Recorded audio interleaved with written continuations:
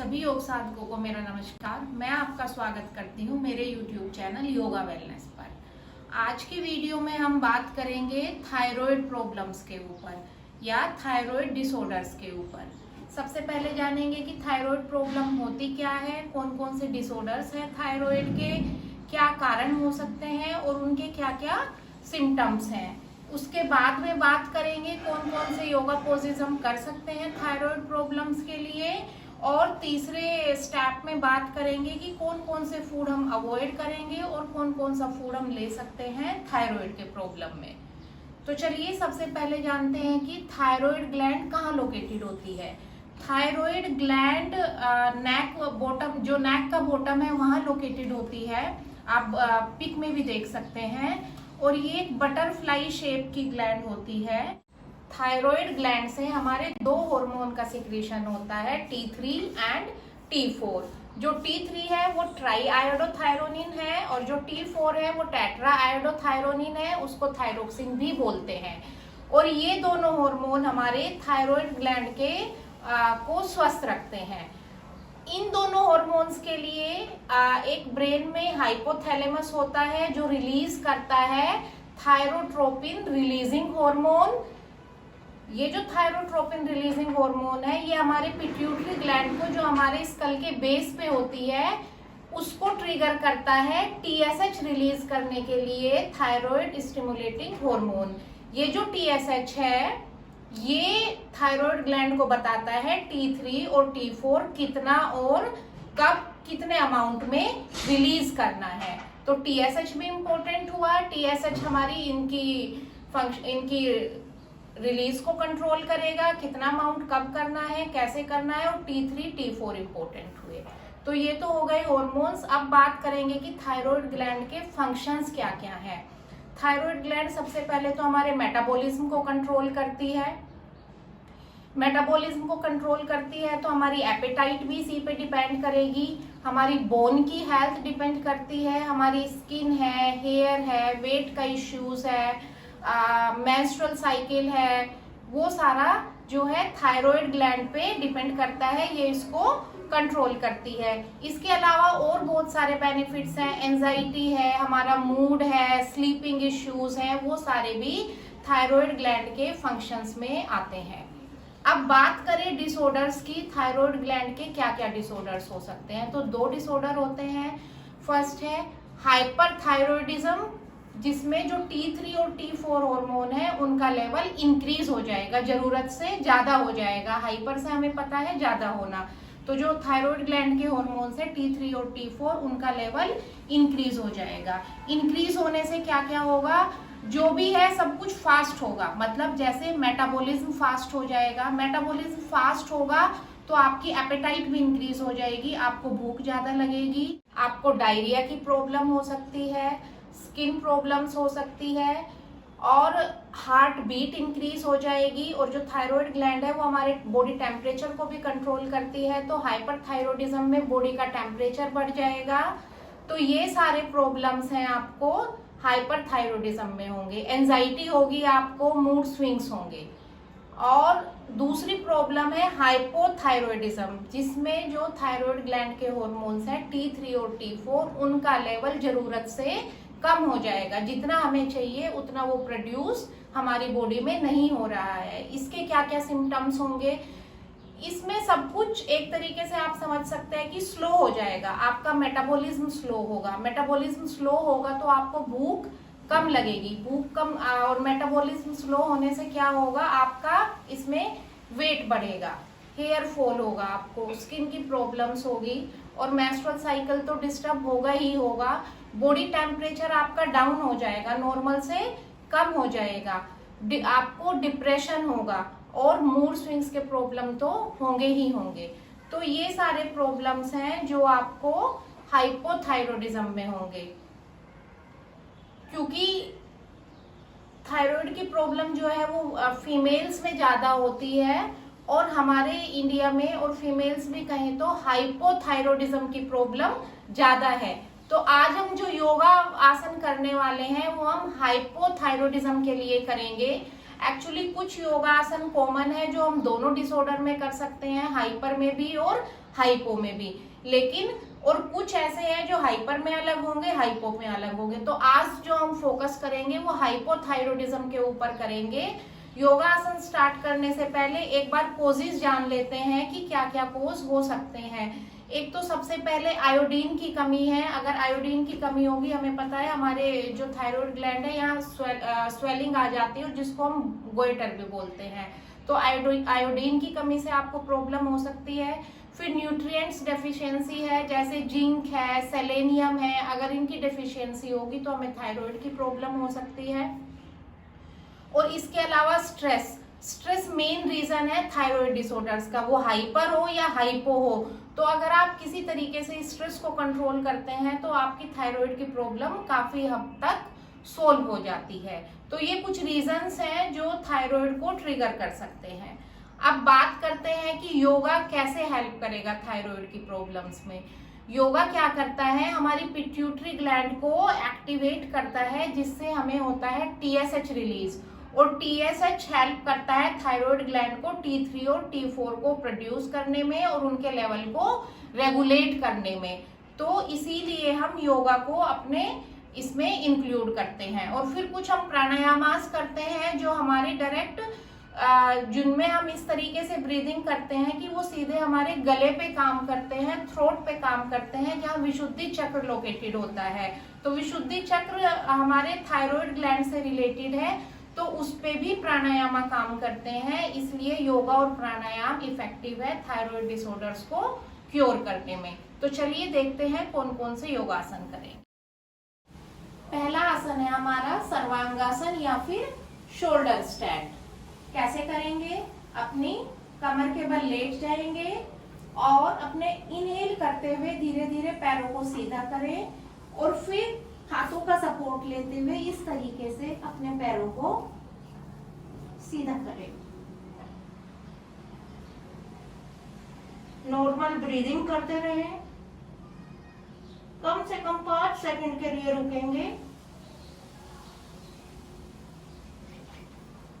और जब वापस आना हो वापस आ जाए। अब जो सर्वांगासन नहीं कर सकते वो करेंगे विपरीत करणी मुद्रा। यहीं से चले जाएंगे हम। कैसे, इस तरीके से आप इस तरीके से अपनी सर्वांगासन में आपकी कमर बिल्कुल सीधी हो जाएगी 90 डिग्री पे।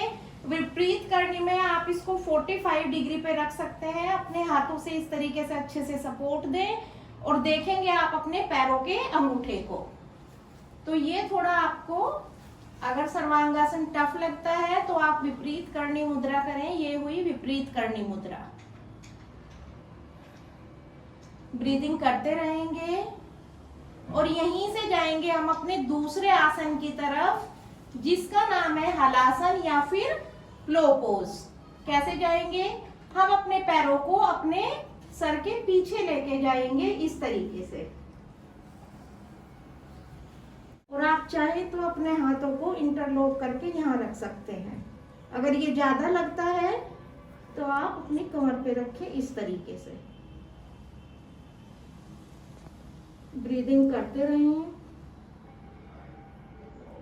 और जब वापस आना हो आप यहाँ हाथ रखें और हाथों से इस तरीके से सपोर्ट करते हुए अपनी कमर को जर्क नहीं देंगे। धीरे धीरे धीरे धीरे धीरे धीरे वर्टिब्रा बाई वर्टिब्रा आप इस तरीके से अपनी कमर को लेके आएंगे और फिर पैर फोल्ड करके या सीधे से पैरों को मैट पर टिका देंगे।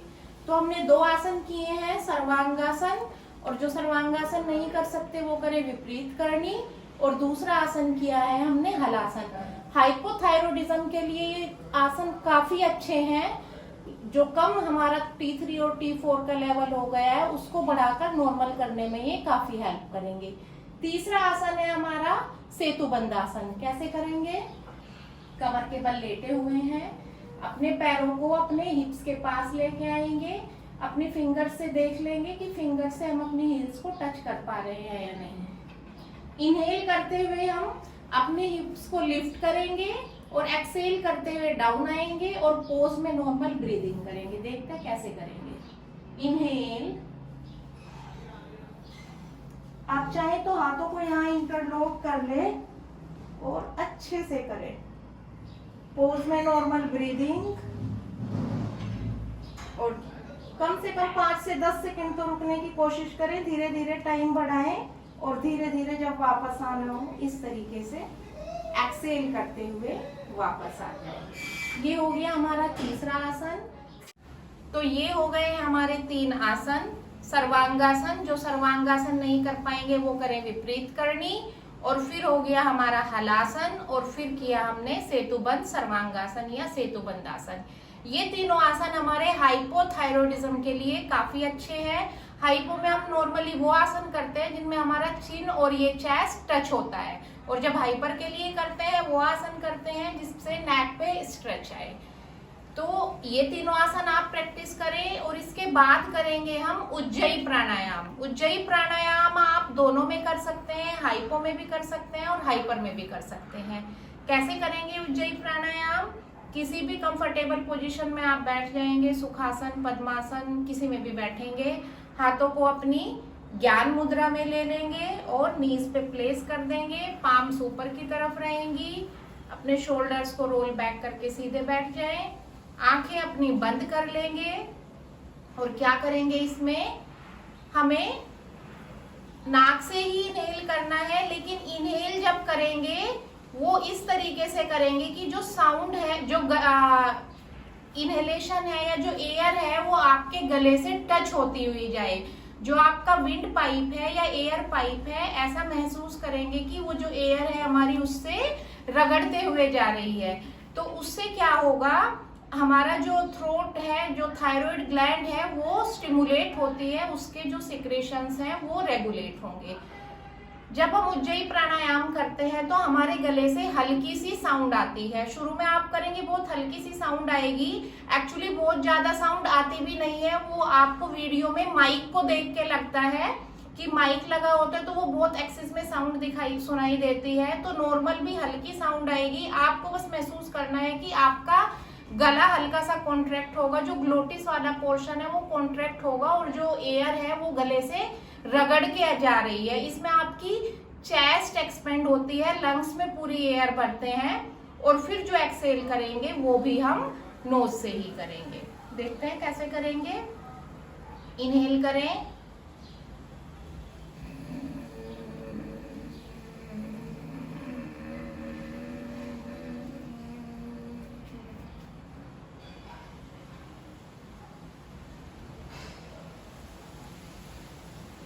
ये हमने एक्सेल कर दिया है। इसमें आप एक और क्या कर सकते हैं, हमने इनहेल किया, फिर हम लगाएंगे जलंधर बंद। जलंधर बंद कैसे लगाएंगे, चिन को लॉक कर देंगे हम यहाँ पर अपने थ्रोट पर, और फिर 5 सेकंड जलंधर बंद लगाने के बाद फिर उसको एक्सेल कर देंगे अपनी नोस्ट्रिल से।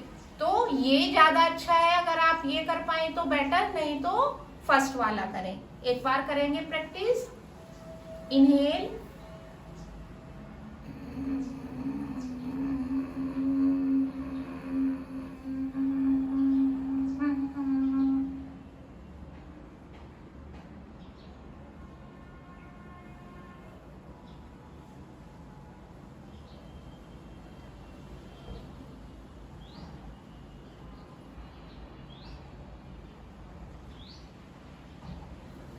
तो ये हुआ उज्जयी प्राणायाम। ये थायराइड डिसऑर्डर्स में हाइपो और हाइपर में काफी इफेक्टिव है।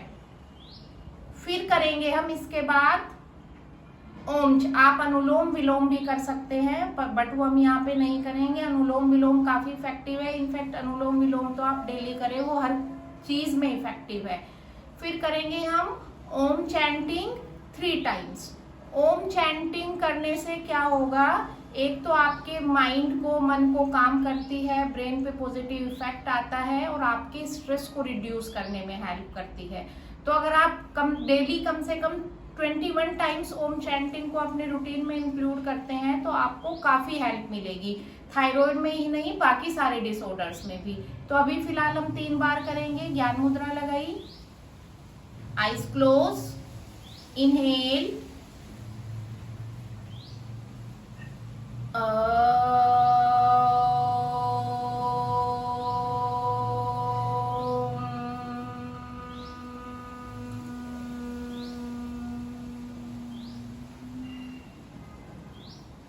इनहेल,